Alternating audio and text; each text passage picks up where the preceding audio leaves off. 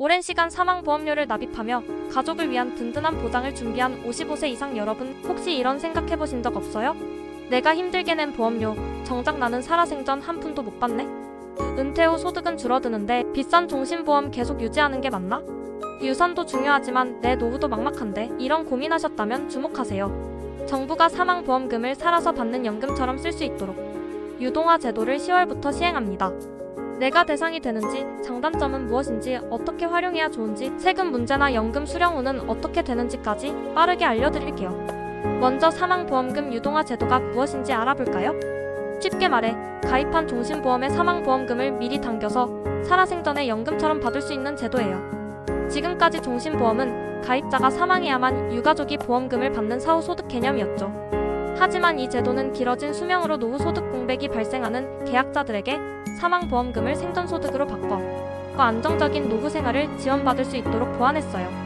가장 큰 특징은 사망보장 일부는 그대로 남겨두고 나머지 해약환급금 일부를 유동화하여 연금으로 받는다는 점이에요. 기존 연금 전환 제도는 종신보험 전체를 해지하고 연금보험으로 갈아타는 방식이라 사망보장이 완전히 사라지는 아쉬움이 있었죠. 하지만 이번 유동화 제도는 사망보장 일부를 유지하고 노후 자금까지 마련할 수 있다는 차이가 있어요. 즉, 남은 사망보험금은 여전히 가족에게 유산으로 남길 수 있어요. 먼저 대상과 조건 알려드릴게요. 만 55세 이상이어야 하고 소득 요건에 대한 제한은 없어요. 보험료 납입이 완료된 금리 확정형 종신보험만 가능해요. 아직 납입이 끝나지 않은 종신보험은 대상이 아니에요. 또 납입기간과 보험 계약기간이 모두 10년 이상이어야 해요. 주의사항. 현재 신청하고자 할 때 보험 계약 대출 잔액이 남아있으면 안 돼요. 만약 신청하신다면 먼저 상환 후 가능해요. 또 보험 계약자와 피보험자가 같은 경우에만 신청할 수 있어요. 예를 들어 자녀가 부모의 종신보험을 가입해주고 보험료를 낸 경우라면 계약자와 피보험자가 다르니 신청할 수 없어요. 사망보험금의 최대 90%까지만 유동화를 선택할 수 있어요. 예를 들어 보험금이 1억이라면 9천만 원을 당겨받을 수 있어요. 여기서 주의할 점.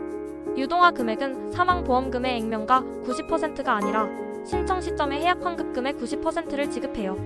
예를 들어 보험금이 1억이라도 현재 환급금이 3,500만 원이라면 3,500만 원의 90%만 연금으로 지급돼요.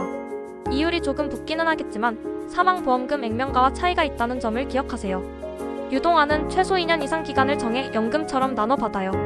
만약 신청 후 마음이 바뀌었다면 신청일로부터 30일 이내 또는 유동화 연금을 수령한 날로부터 15일 이내에만 철회가 가능해요.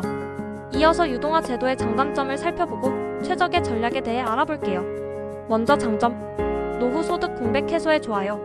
60대 국민연금 수령 전까지 발생하는 소득 공백기를 메울 수 있어 당장 현금 흐름이 부족한 분들께 추천해요. 70대 이상 고령이 되어 의료비 관련 지출이 커질 것으로 예상되면 이 자금을 미리 확보하여 활용하세요.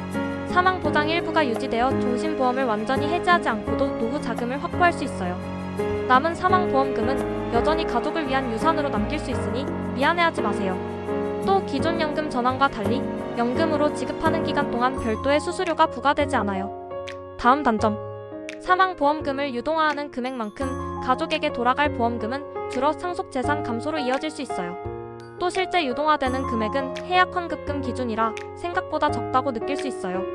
특히 예전에 고금리 확정형 종신보험을 지금 유동화한다면 인플레이션을 고려했을 때 실질적인 가치가 낮게 느껴질 수 있어요. 그렇다면 어떻게 하면 좋을까요? 첫 번째, 소득 공백기 연결 다리 전략. 50대 후반 60대 초반의 국민연금 수령 전까지 몇 년간 소득이 부족한 분들은 이 기간 동안 연금을 수령하여 생활비를 충당할 수 있어요. 예를 들어 55세부터 65세까지 10년간 소득을 받아 생활하는 것이죠. 두 번째, 의료비 대비 전략. 고령이 되어 건강에 대한 염려가 커지는 70대 이상에서는 유동화 비율을 높여 의료비로 활용하세요. 세 번째, 부분 유동화 및 상속 유지 전략.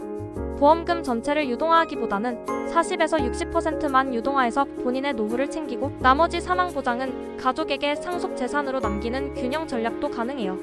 중요한 것은 개인별 보험사의 연금액 조견표를 꼼꼼히 확인하고 자신의 건강, 가족력, 그리고 남기고 싶은 상속재산 등을 종합적으로 고려하고 결정해야 합니다. 다음, 세금 문제도 빼놓을 수 없겠죠?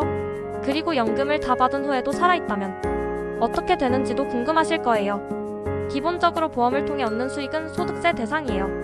하지만 일정 요건을 만족하면 비과세 혜택을 받을 수 있어요. 유동화 제도를 선택하는 순간 사망종신보험이 저축성 보험의 성격을 띠게 돼요. 따라서 현재 내고 있는 다른 저축성 보험료와 합산하여 9월 150만 원을 넘어가는지 반드시 확인하세요. 만약 합산액이 150만 원을 초과하면 비과세 혜택을 받지 못하고 세금이 부과될 수 있으니 꼭 전문가와 상담하세요. 그리고 유동화 기간이 끝난 후에도 계속 살아있다면 어떻게 될까요?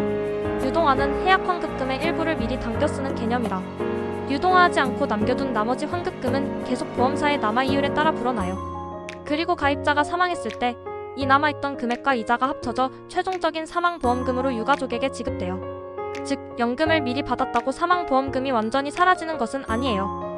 궁금한 점이 있다면 댓글로 남겨주시고 구독과 좋아요, 알림 설정 부탁드려요.